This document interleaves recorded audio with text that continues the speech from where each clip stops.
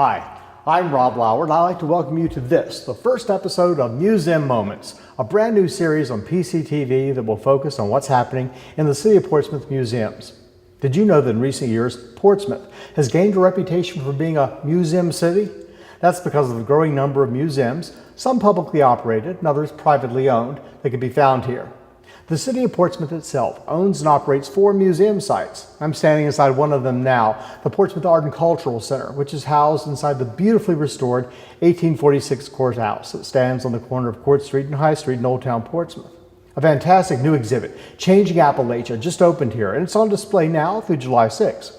On this, the premiere episode of Museum Moments, will give you an insider's view of it all. So stay tuned, that's coming up right here and right now.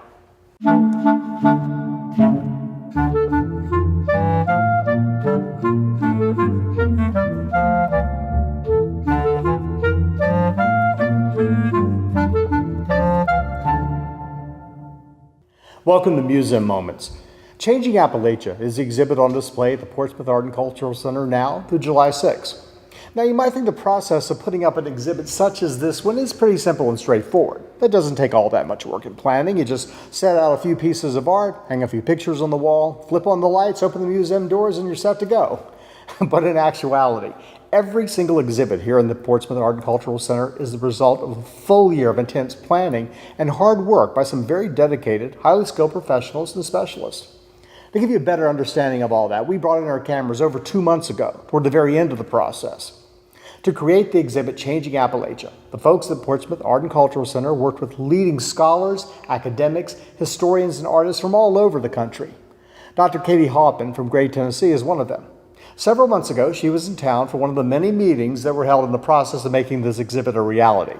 And she took time to talk to me about Appalachian art, music, and culture, and why these things are going to be the subject of an exhibit. I'm joined by Dr. Katie Hoffman, who is the founder of AppleWorks and also one of the contributors, one of those who are overseeing helping organize the Changing Appalachia exhibit that's going to be at the Portsmouth Art and Cultural Center. Thanks for joining us, Dr. Hoffman. I'm so glad to. Thank you. Glad to have you here. So, Appalachia, you hear that and you think Appalachians and certain stereotypes. Hillbillies come to mind. I realize that's sort of viewed by people from Appalachia now rather as a slur. What attracted you to Appalachia, to the people of Appalachia, to the arts there? I moved there in 1989 from actually Virginia Beach. Mm-hmm. And I said to my then husband, I'll move there, but I'm not staying. And by the time he had finished up his school and we were getting ready to leave, I really didn't want to leave. We were living in Johnson City, Tennessee.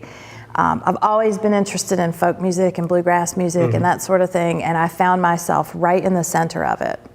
And at about that time, I decided to stop being a banker and to go back to school and get my master's degree at East Tennessee State University.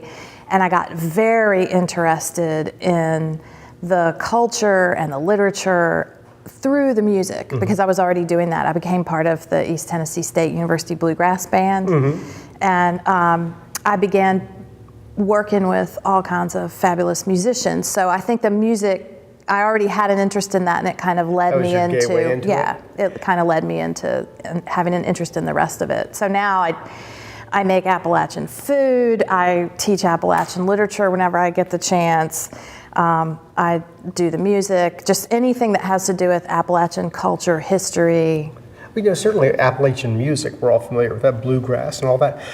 You mentioned Appalachian literature. Now, People think of literature, they think of books, poetry, Shakespeare. Right. So Appalachian probably doesn't come to most people's minds, going along with the stereotypes of Appalachia. That's right. Can you enlighten us a little bit about literature? Sure. The first, and part of what we're doing with this exhibit is trying to kind of decenter some of the stereotypes that people have that came out of initially Appalachian literature, mm-hmm. because in the late 19th century especially, there was a lot of travel writing, mm-hmm. and Appalachia was treated as a very exotic place in that travel writing. And so people would go in and they would go spend maybe 2 days in a town, and they would have a surface level knowledge mm-hmm. of what the culture was like. And of course, anytime you go anywhere, you notice the things that are different first, and you don't really stick around to understand what's underneath, what really is part of the culture. So people, perhaps well-meaning and perhaps partly exploiting these beautiful places as someplace exotic to go, wrote this travel writing, focusing on how different Appalachia was from, say, the coast where they were from. So that was one of the first movements in literature that had an effect on how people saw Appalachia. The next was local color writing, where people were writing in dialect, and they would write the sort of the hillbilly speech out, the same way that they did with African American speech in dialect. And that kind of built perhaps a little negatively on the local color. Well, I would think if writing. you didn't speak it, that dialect wasn't natural. If you didn't communicate in that, all you could really do is lampoon it to an extent. Right, because it was so different. And to point it up, because that people wanted to read about something that was exotic or different. So I actually happen to think that Appalachian language is incredibly beautiful. The things that people say there are so wise and so expressive. For instance, my husband, who is Appalachian, and I tease him about being a hillbilly, he gave his mother a butter bell for a gift, which is a little thing that holds butter and it goes down. It's actually a French thing, but they like to keep their butter soft on the table. And she didn't quite know what to make of that. She uses it now. But at the time, she didn't quite know what to make of it. And on the way home, I said, well, I don't think your mother knew what to make of that. And he said, no. She was kind of like a mule at a new gate. And I thought that was such a wonderful saying, because if you know a mule, anything that you change in that animal's environment, they're gonna kind of look at it with a little bit, and they'll get used to it, and they'll use it eventually. So what I've always found is that there is that element of differentness, but it's something to be celebrated and something to be sort of touted as the way that you would expect people to speak French if you go to France. Right. You're not going to make fun of them for that. You're going to, that's always been interesting to me. Well, what are some of the qualities that Appalachian community, the Appalachians have that maybe we take for granted, or maybe we just, it doesn't enter our minds? With the stereotype, it's the hillbilly with his barefoot on the front porch of his cabin with a shotgun ready to shoot any strangers who come along. Right. Very individualistic. Is that at all like the reality? No. Okay, what's the reality? Well, I think there are people like that. Certainly, as you have. But there are people like that here. Exactly. Right. So my experience of Appalachian culture, and especially through the music and that sort of thing, is that it's very collaborative. From early times when people got together to build barns, the women got together to make apple butter. I mean, you didn't want to peel that whole pile of apples by yourself and then cook them down, so people got together in a group and did it. You could raise a barn in a couple of days if there were enough people working on it. And the music, I think, is a wonderful sort of metaphor for the rest of Appalachian culture, because when you are in whether it's an old-time string band, which is sort of a traditional Appalachian way of playing music, or whether you're in a bluegrass band, you're paying attention to what the other people are doing, you're working together, and not only that, but you're coming together. And that's always been a tradition. I think the image of the person with the shotgun on the porch, unfortunately, I think sometimes Appalachians have been exploited by people from outside the region.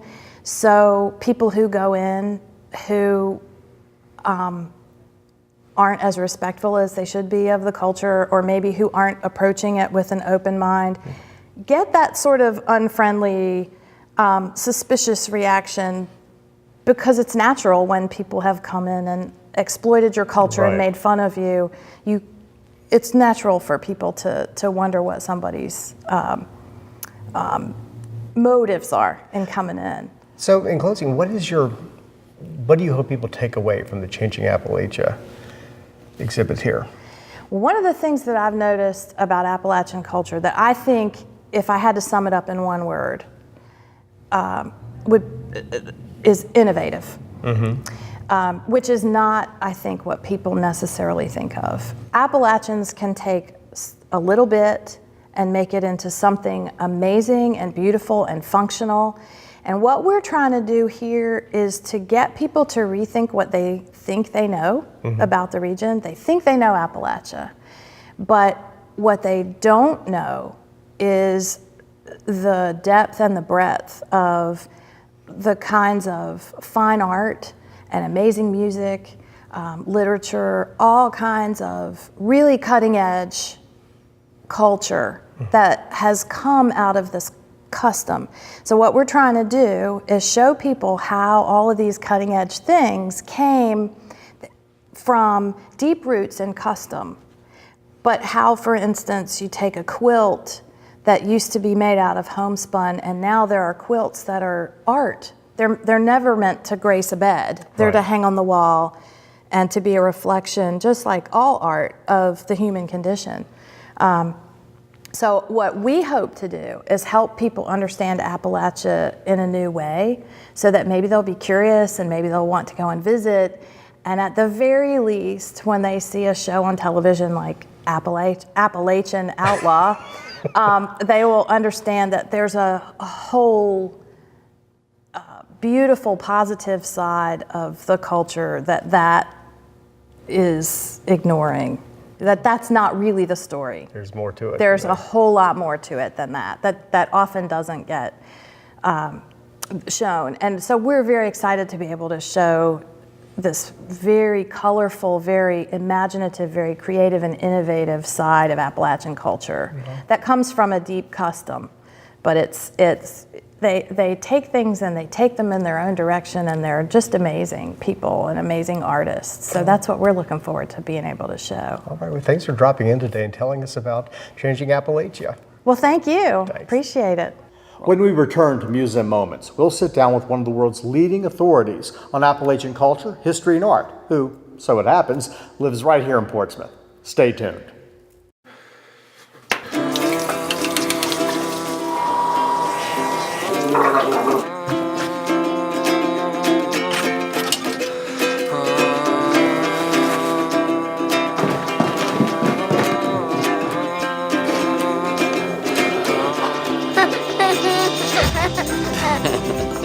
Hungry? The smallest moments can have the biggest impact on a child's life. Take time to be a dad today.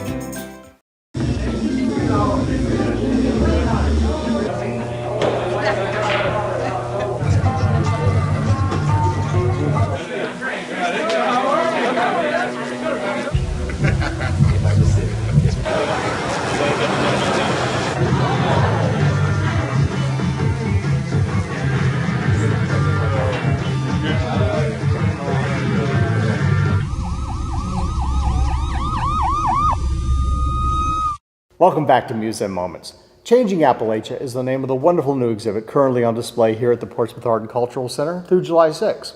Now, with so many misperceptions about Appalachian culture and history, you might be surprised to learn there is an actual Encyclopedia of Appalachia published by the University of Tennessee. In fact, if you visit the gallery shop here at the center, you can purchase a copy.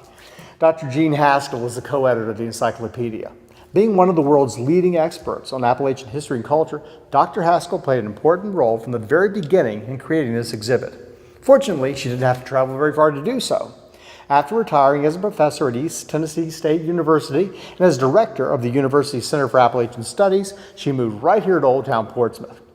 Dr. Haskell sat down with me recently to discuss her love of all things Appalachian, as well as her role in creating the Changing Appalachia exhibit. Gene, thanks for joining us today. Glad to be here. Now, you are the co-editor of the Encyclopedia of Appalachia. Yes, I Tell am. us a little bit about that. Well, it's a major reference work, the only one actually, about the whole Appalachian region. It was a 10-year project that we did when I was director of the Center for Appalachian Studies at East Tennessee State University in Johnson City, Tennessee. And very, very comprehensive. It starts from the geology of the region, through the ecology of the region, and then into the people and the work and the culture. And under culture, we cover everything, architecture, food and cooking, you name it, we cover it. Okay. So how did you get from professor in Tennessee to writing this, editing this, to here in Portsmouth and now being involved with the exhibit? Well, in 2000, well, actually in about, I guess, the end of 1999, 2000, I was still there directing the center at East Tennessee State.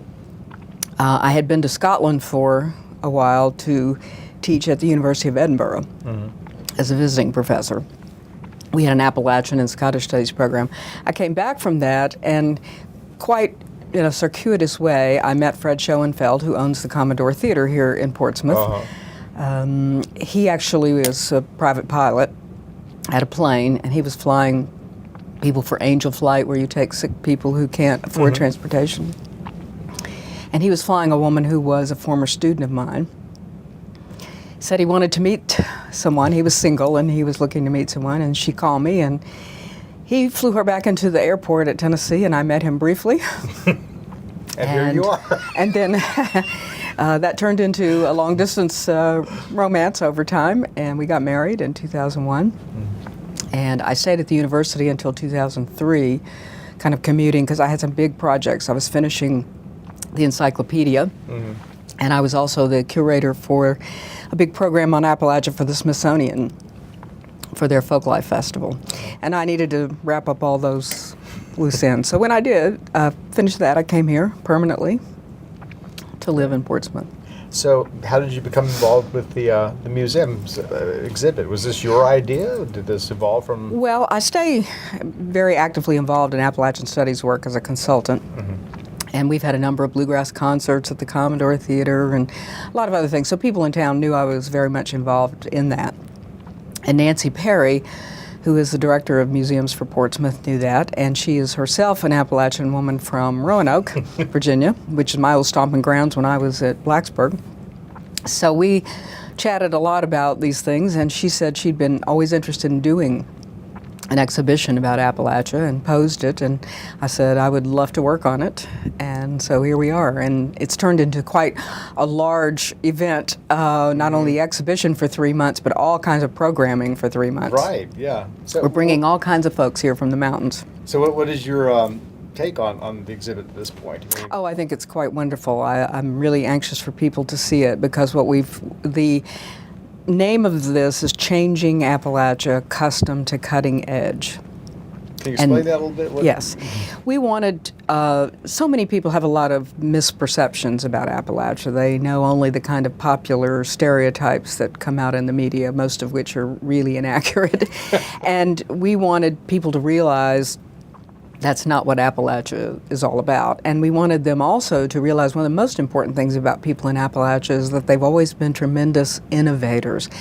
They have a very strong tradition, but they're also very good at innovating and taking new ideas and taking those with the old traditions. So we wanted to show how people take tradition, let you see some of those old traditions, but then also the modifications, and then sometimes a real innovation on that, but you can still see it's part of the tradition, right, either in materials or idea or whatever. So we have everything from things like quilts, very old quilts, to very modern quilted art pieces.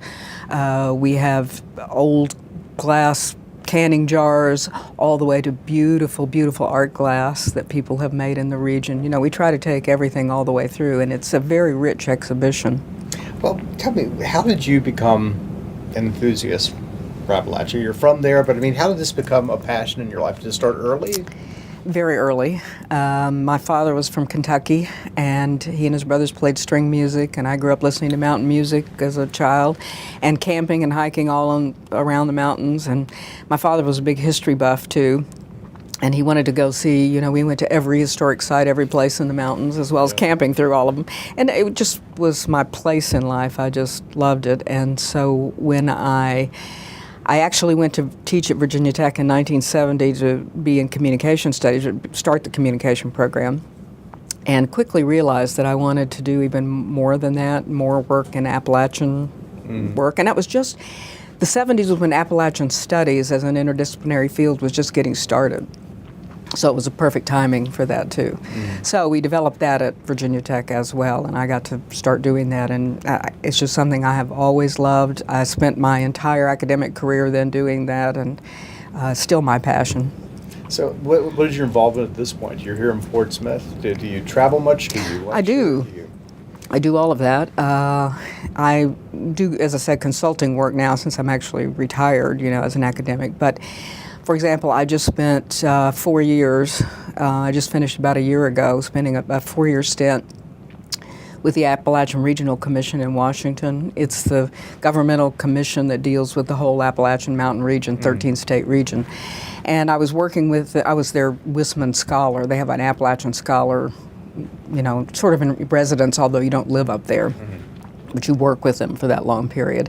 And we were doing work on local food system development all over Appalachia as economic development for the region. A lot to do with local foods everywhere, everything from the farming of it to the preparation of it to the consuming of it to the marketing of it, everything. We were looking at the whole system of food. And that was wonderful. I was in the region. I did workshops all over the region. I did about 8 of them all over in all the different states, and got to meet all kinds of terrific people that are doing good local food work everywhere and contributing to the economy there. So as an academic, can you really ever retire from academia when you have this a passion for I don't something think like you this? can retire from your institutional Oh, right. teaching like I did, but I don't think so. I think when you're a scholar, that's what you do. I mean, there's something that you enjoy studying, and you want to study it for your whole life, and you want to tell other people about it. You want to teach people, or you want to go and give talks to groups and tell them about it. So on that note, what do you hope people take away from this exhibit? Well, what we're really hoping is that people will see that, in fact, Appalachia is not what they see in the media. Again, I mean, right now especially, there's another one of these big onslaughts on television, these reality shows. Oh, yeah, there's Duck There's Dynasty. Hillbilly Blood, and my husband, Fred, and I, we always cringe because this one show they say Appalachian Outlaws, and the Mountain Monsters, and they're so terrible and so not really what the region And that's is all coming about. out in decades of like the Beverly Hillbillies and Oh the yes, Ladner. yes, So- all of that. So we want people to understand a lot of the realities of the region. That it's a very diverse place. It's diverse in ethnicity and in race. It's diverse in kind of heritage that many different groups brought to the region, and we're trying to show all of that in the exhibition. And we do have one part of the exhibition, one section of it that is devoted specifically to the stereotypes. We take them head on. Good. Because I've, over the years, been, of course, very interested in that, and I have this, what I call my hillbilly kitsch collection. All things hillbilly that have been produced. And I have that in the exhibition so that people can see how this has been. The hillbilly icon is, pervasive. Right. And it functions in a lot of very interesting ways in society. So we've tried to take that into account in the exhibition too. So I hope people come out with a richer view of Appalachia and a greater appreciation for people there and for their traditions. And for their talents and their creativity and innovation. Again, we want to they always think about people in Appalachia as being somehow poverty-stricken and backwards and ignorant and so on. Well, I think if they look at this exhibition, they'll see that's not true at all. Tell us about some of the programs that are associated with the exhibit. Well, the first weekend of each of the 3 months, we're going to have specialized programming, and then a few others along the way. April 12th, the Jewish Museum and Cultural Center here in town is going to be part of this, and they're doing a program called Bluegrass and Bagels. And with those two together? Yes, and it's at the Jewish Cultural Center, and I'm going to be giving a talk about Jews in Appalachia, and then they're going to have music. They're going to have Bob Zentz and someone else, I think, playing music, and then afterwards they're going to have where people can make their own bagels. So that's the 12th. I think it's 7:00 is when that starts. Then on April the 24th at the Commodore Theater in the afternoon, A friend of mine who's a textile historian, Kathleen Curtis Wilson, who has studied both Appalachian textiles and textiles all over Northern Ireland. She will be here to talk about a woman in Bath County, which is up in the mountains, as you know, was a woman was an enslaved woman, and then her daughter was a dressmaker and made these beautiful quilts that we came upon fairly recently. You don't find a lot of African American Appalachian quilts extant anymore, because a lot of them were functional and they wore out and didn't have them. These are quite beautiful. They're very fragile, but they're gorgeous. And the story of this whole family in Bath County, this African American family who's lived there for generations and generations now, is so fascinating. And so she's going to talk about that. And some of the family members, Perlista Henry, who's a woman who lives there in Bath County, was her great-grandmother. She's going to be here too. So we'll have that one at the theater. Then that's the weekend, I believe, of the 28th and 29th of April, Elizabeth Laprelle, who's from Rural Retreat, a young gal who's a very fine old ballad singer. She sings English, Scottish, and Irish ballads, and in very, very old style. And she'll be here at the Children's Museum for 2 programs. Then in May, the first weekend in May, on May 3rd, at the Commodore Theater, we have a special 4-course luncheon based on Appalachian foods by 2 chefs who are friends from, one is in West Virginia, Chef Dale Hawkins. The other is in near Asheville area in North Carolina, Susie Gott Segare, who grew up in Marshall, North Carolina there, is a great fiddle player and singer, but also lived in France for 20 years, and is a cordon bleu trained chef. And they are going to be talking about Appalachian food traditions. And What is distinct about that? Well, there's a lot of, the things that actually are in the mountains. It comes a lot from the topography. I mean, people, ramps, for example. A lot of people, you don't get ramps except in the mountains, the only place they grow. Yeah. And so making things in the spring when the ramps come out, that's very distinctive. There's, of course, moonshining is very distinctive, and now, of course, is legal again, so it's great. And now, yes, there's all kinds of that. Plenty of, interesting foods that are like the ramps, that are something that just comes off the land. And, so they're going to be, it's a beautiful luncheon that they have planned. Very elegant, but all based and rooted in Appalachian foodways. That sounds fascinating. And they're going to talk about them. And then Katie Hoffman again, and Susie, who's one of the chefs, and her son Luke, who's my godson, by the way, and Katie's husband Brett, who's a banjo player. They're all going to play music about food from Appalachia, because there are lots of food songs, lots of food tunes. And then finally, in June, the first weekend in June, we will have again at the Commodore Theater a concert by a band called the Loose Strings. They are young women from Galax, Virginia, 4 of them, I think age 16 to 20. And they play bluegrass music, but they also play things like Adele songs, but they play them bluegrass style. That's great. And they're a really fun band. So it sounds like something really for everybody, even if you know nothing about Appalachia. You don't have to. Is going to I think you will. appeal to you. You come and you'll enjoy it. You can love the food, the music. Oh, and there's one other program I forgot about in June. Well, there are 2 others actually. We have so many. It's very exciting. June the. I believe the 17th, yes. I should know this because I'm going to do this program too. It's about Appalachian film and movies. It's called Appalachia at the Movies, and it will be at the Commodore Theater, and I'm going to talk about Appalachia in the media. And then Sammy Nicely, who's an African-American artist from East Tennessee, or as he calls himself, and many African Americans in the region call themselves Afrolachans. He's an Afrolachian artist, and he's going to be here at the Children's Museum in June, late June, I think the 28th, doing mask making workshops.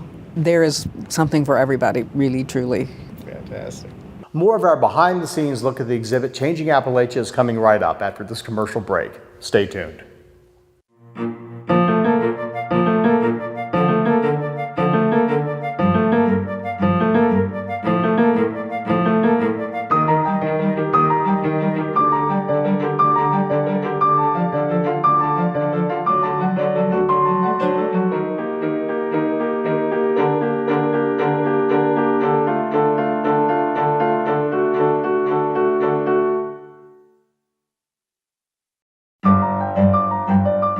Here at the GED Pep Talk Center, we have pep talkers standing by to get you motivated for your GED diploma.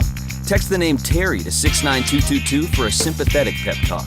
You show people what you really are. Or for a gentle pep talk, text the name Deborah. You know you're going to make people very proud of you. And if that's not enough, text the name Danny for an extreme pep talk. Prove everyone wrong. Show them you're the boss. Get your GED pep talk and find free GED classes. Text the name of the person you want a pep talk from to 69222. Welcome back to Museum Moments and our look at Changing Appalachia, the exhibit on display now through July 6th at the Portsmouth Art and Cultural Center. To see this exhibit is to be impressed by the variety of art on display. But how was the art chosen? How did it get from Appalachia to Portsmouth? And who played a decisive role in determining where and how to display everything once it arrived here? Well, anyone familiar with the workings of the Portsmouth Art and Cultural Center knows that to answer any of those questions, one need only ask the center's curator, Gail Paul. Gail Paul is the curator of the Portsmouth Art and Cultural Center, and she's joining us to talk a little bit about the upcoming display, Changing Appalachia. Thanks for joining us, Gail. Thank you. Good to see you, Rob. So you're the curator. For those who don't know, what is your job? What does a curator do here? Well, my job actually encompasses many things, but a curator normally would be a person who selects exhibits, selects artworks to go into an exhibit or artifacts, and kind of organizes that and would come up with an overall theme for an exhibit and then pull that together and give it as a presentation. And looking around here, I guess you were in the process now of pulling together Changing Appalachia. Yes, we just came back from a 6-day road trip gathering items, and we still have more to come. Wow. So where did the idea for doing an exhibit on Appalachian art, where did that come from? How did you decide upon that? Our director, Nancy Perry, and Jean Haskell, who is also Appalachian Studies, Dr. Jean Haskell. And so they were having a conversation, and so that's really where the idea for this exhibit sprang. Mm-hmm. So now, the art itself, you've been traveling all over Appalachia gathering? Yes. Art? Are these known artists? Are these unknown artists? I think a little bit of both. Some of them have gained recognition. Some were pulled from collections. Kentucky Folk Art Center, Berea College, Cullowhee, Mountain Heritage Center. And then some of them came directly from the artists themselves. So what was the criteria for a piece of art appearing in this exhibit? Well, we kind of narrowed it down to different areas. And so thinking of like what were the traditional art forms. So there's basketry, there's ceramics, glass, weaving, quilts, carving, paintings. So it really kind of sprang out, but it went from Changing Appalachia custom to cutting edge. So to kind of give a broader depth of, so it's not just utilitarian works, but it's also cutting edge works. Okay, what were some what cutting edge works? What do you mean by that? Well, that means works that would not really fit into a category of like a traditional art form, but they would be really cutting edge, people doing new, really dynamic work that's innovative and kind of breaks from the traditional norm, using new materials or looking at something in a very different way. Now, when people think of Appalachian, they think a lot of times of a stereotypical European descendant living in Appalachia. But you're going back a little further than that too. You're going into some of the Native American art. Right. I thought it was very important to include the Cherokee, since they were some of the original people here, and so a lot of their art forms then transcended into the European settlers, and they learned a lot from them. The basket making, also different ceramic traditions, beadworking. So it really is a crossover. Well, tell me a little bit more about this trip. I mean, how far was it? Who was it? Just you and I just picture you in your Artmobile trucking through Appalachia collecting things. But what was it like? There's one other employee. Well, we contracted with somebody who was a former museum services assistant, and that was, exhibits assistant, and that's Peter Geiger. So he joined me on this trip.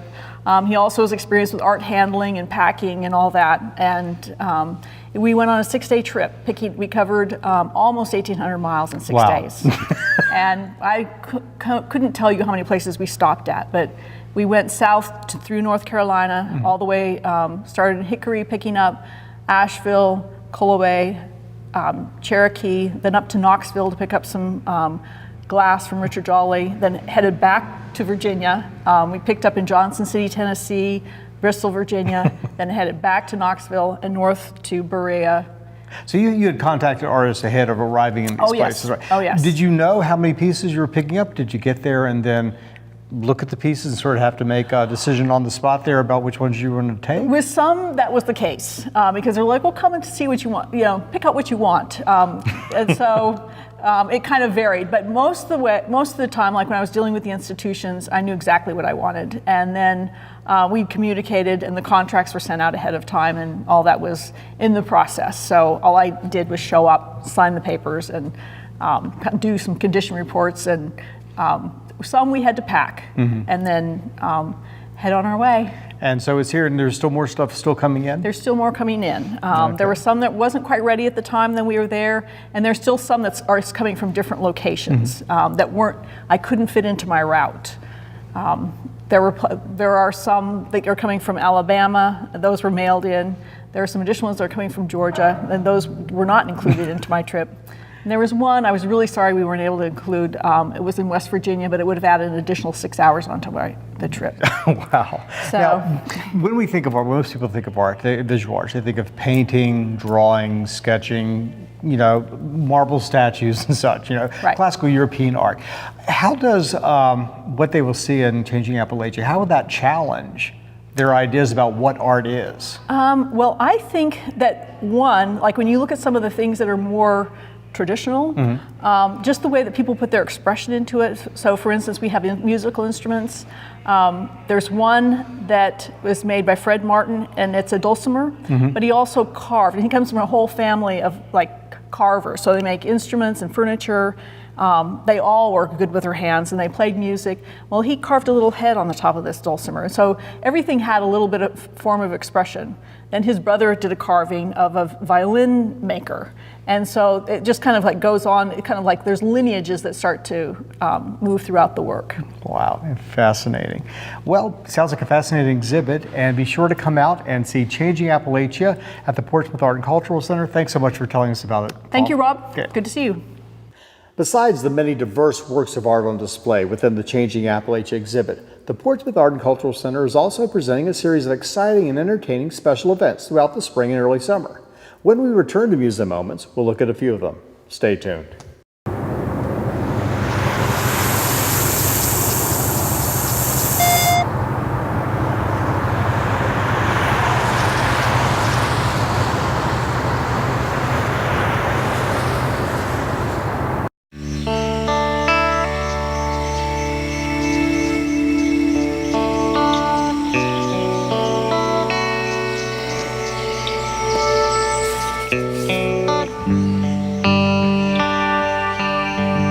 This is the moment I knew. His future had no boundaries. There are some moments only the forest can inspire. Find yours at discovertheforest.org. Welcome back to Museum Moments. The exciting new exhibit, Changing Appalachia, opened at the Portsmouth Art and Cultural Center on Friday evening, April 4th. And according to those who were there, it was a great success. I'm Barbara Vincent, and I am a representative of supporters of Portsmouth Public Art, and I attended the opening reception last night for the Appalachian exhibit at the Portsmouth Cultural Art and Cultural Center, and found it to be incredibly well attended, and the comments I heard were all based around the craftsmanship and the lack of technology to create these fabulous pieces of art and functional art as well. The baskets, the pottery, all of these things done with limited tools and still thriving in Appalachia today. And for us to be able to bring this exhibit to Portsmouth is just a real coup. My name is Jeannie Larkham. I live in Old Town in the Historic District. My husband and I went to the new Appalachian exhibit last night. It was wonderful.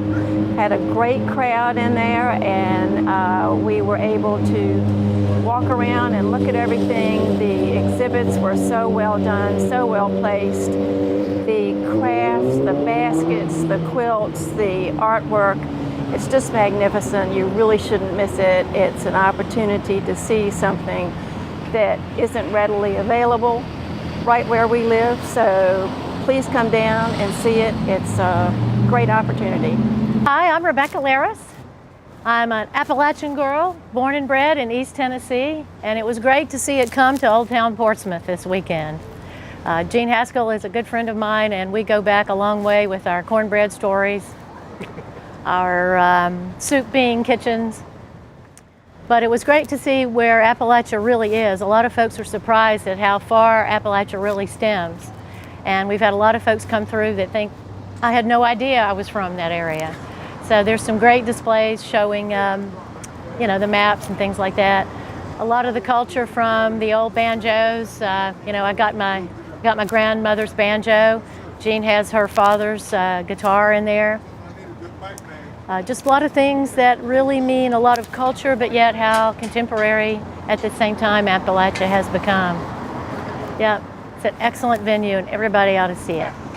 I'm Katie Hoffman, and I showed up last night after having worked so hard with Jean and the folks at the museum to put the exhibit together, Changing Appalachia. And I walked in and it really honestly made me cry because I feel so proud of the way that it represents the region. It's exactly what we wanted to do. We wanted to show these artists who do this vibrant, wonderful, cutting-edge work, and we wanted to make people understand the kind of vitality and innovation that there is in the region. And I think we had a great team, so I'm just so happy with it. I'm very pleased, and the folks at the museum really outdid themselves. Changing Appalachia is on display now through July 6th. Besides the exhibit itself, the Portsmouth Art and Cultural Center is sponsoring, over the next few months, many special events related to the exhibit. These include concerts of Appalachian music, special demonstrations, workshops, and some fascinating presentations by renowned writers, artists, and historians. Some of those special events took place on the opening weekend of Changing Appalachia, and we were there with our cameras. I'm joined by Jack Hinchelwood, who is a musician, and tell me what else you do, Jack. Well, I'm the executive director of the Crooked Road, which is Virginia's heritage music trail in the mountains in Virginia. 330 miles that people come to enjoy the heritage music there. Old-time music, gospel, bluegrass. It's been there for hundreds of years. Now, you all performed last night with a group that you're a part of. Can you tell us about that? Right. We have a group that's been going now for about 20 years called Celtabillies. And so we mix the Celtic music and the Appalachian music together, and both musics are so vibrant. They have such rich traditions. It's fun to mix them together. Well, is Celtic music, is that part of, say, the genealogy of Appalachian music? Well, it certainly is, and it had a huge influence on Appalachian music, which really had a lot of European influence. I mean, Germans and Scots-Irish. It came down the Great Wagon Road from Philadelphia, and then we had English and Africans from Tidewater that came into the region, and so the music is a wonderful blend of lots of traditions. Okay, now you're performing this afternoon here at Commodore? Yes. So, but you're going to be performing alone today? Today we're doing a performance with Sharon McCrum, the author who has a lot of her ballad series novels especially that are based in Appalachian settings. Okay. She's a New York Times best-selling author, and many of her books are based on some of the old ballads that are in the tradition, Appalachian tradition there. Some of them that came about in the Appalachian Mountains, some that predate that came over from Scotland and Ireland and so forth. So this is a delightful tune called Growling Old Man, Growling Old Woman. The low part is the old man growling, and the high part is the old woman growling back. And so you make a statement every time you play this as to which part is last and who gets the last word.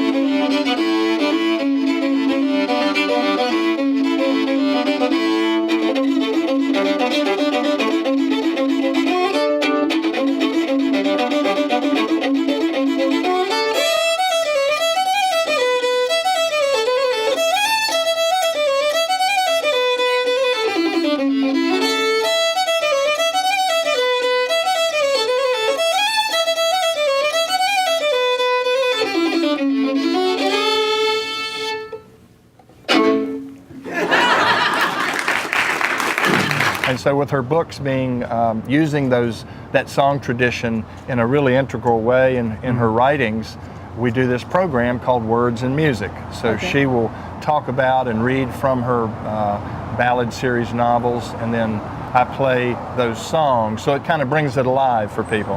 Okay, it's 1866, the Civil War is over, and in Wilkes County, which is about 30 miles east of Boone, North Carolina, a young Confederate veteran was arrested and charged with the murder of a young girl that they knew he had been having an affair with. He didn't have any money. His father was dead. He lived on a farm with his widowed mother. Let us begin with the facts. It would be best if you told me in your own words how you came to be in this jail, charged with this terrible crime. The cold blue eyes looked into mine, and he looked no more than a boy in his bewilderment. On account of women, I reckon, he said.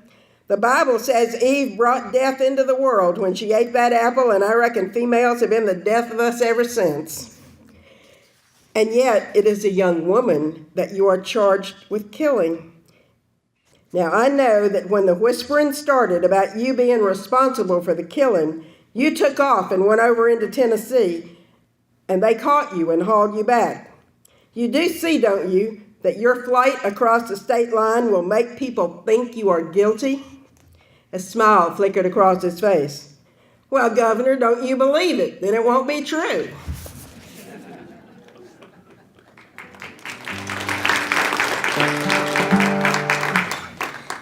We decided to, in doing, of course, the Ballad of Tom Dooley, to do 3 versions of it. The first is the one that the Kingston Trio just made a global hit and a globally recognized song. The second is recorded in the 1920s by a duo named G.B. Grayson and Henry Witter. Henry Witter was from Freeze, Virginia. G.B. Grayson from right across the line there in Laurel Bloomery, Tennessee. And then finally, a few of you that raised your hands that know Doc Watson had a version of it that was different yet. So here's all 3 kind of, for comparison purposes, piled in here together. Hang down your head, Tom Dooley. Hang down your head and cry. Hang down your head, Tom Dooley. Poor boy, you're bound to die. You took her on the mountain where you hid her clothes. Took her on the mountain and there you hid her clothes. Left her by the roadside, there you begged to be excused. You left her by the roadside and hid her clothes and shoes. Hang your head, Tom Dooley, hang your head and cry. You killed little Laurie Foster and you know you're bound to die. I know they're gonna hang me tomorrow, I'll be dead, though I never even harmed a hair on poor little Laurie's head. In this world and one more, then reckon where I'll be. If it hadn't been for Grayson, I'd be in Tennessee.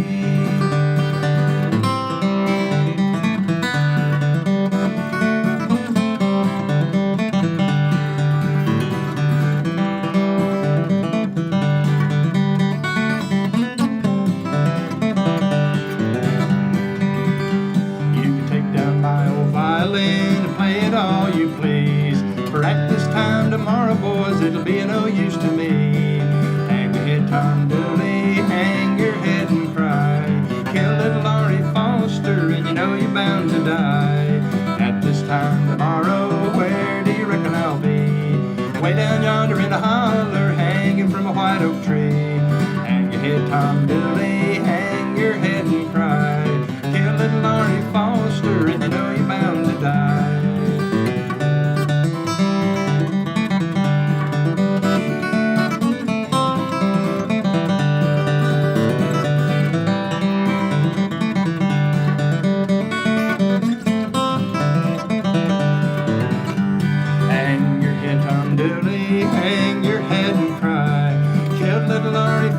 And you know you're bound to die. Killed little Laurie Foster, and you know you're bound to die.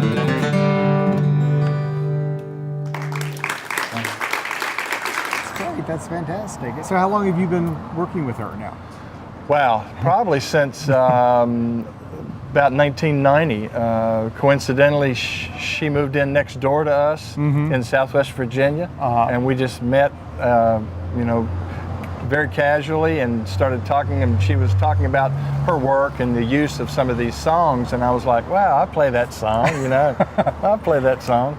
And so we decided to, start working together on this program and have taken it, across the country and into Canada and so forth. So that's great. So now you're here in town in Portsmouth. Have you seen the exhibit yet at the? Absolutely. It does such a wonderful job, I think, of illustrating that what people from that region are capable of doing, and I think that stems from a lot of resourcefulness that I think developed people who lived in the Appalachian regions. They had to be resourceful, right? And I think it's reflected so well in that exhibit. All right. Well, we look forward to seeing your performance in just a little bit. Thanks for taking time out from your setup and everything to talk to us. My pleasure. The New York Times bestselling author Sharon McCrum was also in town for the opening of Changing Appalachia, and she spoke to me about her Appalachian background and how it inspired her to write a string of best-selling novels. Thanks so much for joining us. Oh, thank Sharon. you. So tell me, are you from Appalachia? Is that what triggered your interest in writing about it? I come from a mixed marriage in North Carolina. My mother was from the Tidewater section of Wilmington. And that culture is very much like here. They have the rules like thou shalt not wear white shoes after Labor Day. And then my father's family settled up in the mountains of western North Carolina in the 1790s. And so you would think that two people who were Southern Baptists, both from North Carolina, would be very similar, and that's not the case at all. They were from opposite ends of the state. They met the only time they could have met, which was in World War II, when Tennessee, being the volunteer state, they all went down and were in the Army, and my father was stationed about 40 miles north of Wilmington at Camp Davis before getting shipped out to the war. So I think Miss Helen, my mother, was trying to date the entire officer corps of Camp Davis, and when it got to his turn, he looked very presentable in that officer's uniform, so she took him home for Sunday dinner. And my grandmother made the typical Sunday dinner for Tidewater, which is on the starched linen tablecloth with the Wedgwood china and the buttercup sterling silver. She made fried chicken and green peas and homemade biscuits and rice, and there was a gravy boat there, and then off to the side was the coffee pot with the cream and sugar for after dinner. So my father sits down and he takes the chicken and he takes the biscuit and the peas and puts rice on his plate. Then he reaches over and gets the cream and sugar and puts it on his rice. And my grandmother said, "Hetty, may I see you in the kitchen, please, dear?"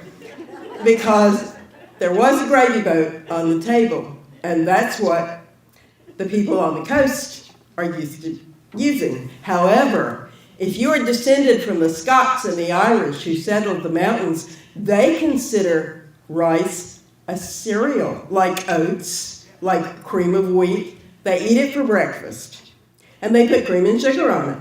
So he thought they were a little weird for serving it for lunch, but he didn't know how to eat it. So right there, the cultural divide was established. And I grew up in a home of Ernest Tubb meets Debussy. And whichever parent I imitated, the other one thought it was hilarious. So I came up with the idea that culture was optional. You got to decide who you wanted to be. Okay. So what did you decide for yourself? In the beginning, when I was in grad school and first started writing books, I wrote short, funny ones, what people called Jane Austen with an attitude. And that was my mother's culture. But then after I got the master's degree and decided I wanted to do something substantial, all the good stories and all the drama was in my father's culture. Were there more darker elements in that culture that were out in the open? I know Jane Austen and coastal Southern is very gentlemanly, ladily. Exactly, and nothing much happens. Right. Right, and in Appalachia we had hangings and train wrecks and gold mining and Indian attacks and all kinds of things. So tell me, how do you approach your books? Is there a common thread, a common approach to the stories in your Appalachian books? Common approach. Are they're called ballad novels? Yes. Why is that? That is a common thing in that the titles all come from songs. And the songs are the old child ballads back from brought over in the 1700s. So, and I think ballads are important. And when I was in college, which is quite some time ago, the cool people were listening to folk music. That was the era of Joan Baez, Judy Collins. And so I took my allowance and bought a $10 guitar at the pawn shop in Durham and some Joan Baez albums, and I learned to play some songs, 3 chords. I was really... So I went home for Thanksgiving to wow my father with this new skill that his tuition money was making possible. And I hauled him into the living room and sat down and started playing A Fair Young Maid All in the Garden. And my father joined in. And he was a little Ernest Tubb on the tune, but letter perfect on the words. And I said, "How do you know this song? This is the very latest in college music." And he said, "Well, I heard that song from my grandmother, and she heard it from her grandmother." And it turned out that my family had brought this song over from the borders of Scotland in 1790 and handed it down in the family. And I went to the record bar and paid $6.98 for it. So I learned from that experience of my father knowing the ballads through the family and me having to go to the record bar and pay $6.98 for it, that culture is a very fragile thing and that you have to hand down your family traditions or they'll be lost. So what do you do with the ballads in your novels?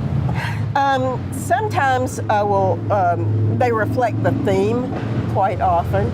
And what I'm doing is handing down the traditions of the culture as a whole rather than the family specifically. Right. Let's see, the song "She Walks These Hills" is one of the songs I used, and in that one it's based on the true story of Mary Draper Ingalls, who was kidnapped by the Shawnee in 1770s and taken all the way to the Shawnee village on the Ohio border and found her way back by following the New River.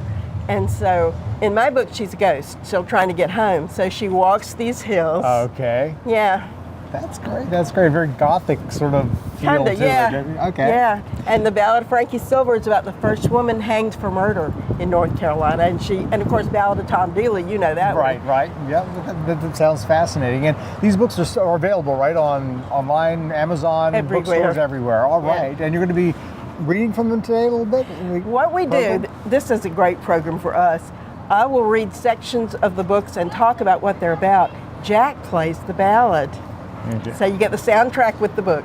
The special program of Appalachian music and culture presented at the Commodore Theater on Saturday afternoon, April 5th, was just a sample of the sort of high-caliber special events that the Portsmouth Art and Cultural Center is sponsoring between now and July in conjunction with the exhibit. You can find out about other special events at the Portsmouth Art and Cultural Center by visiting the museum's website, www.portsmouthartcenter.com. Thanks for joining us today as we took a look behind the scenes at the center's Changing Appalachia exhibit. And to stay informed about the endless stream of events, programs, and exhibits in all of the City of Portsmouth museums, be sure to tune into future episodes of Museum Moments.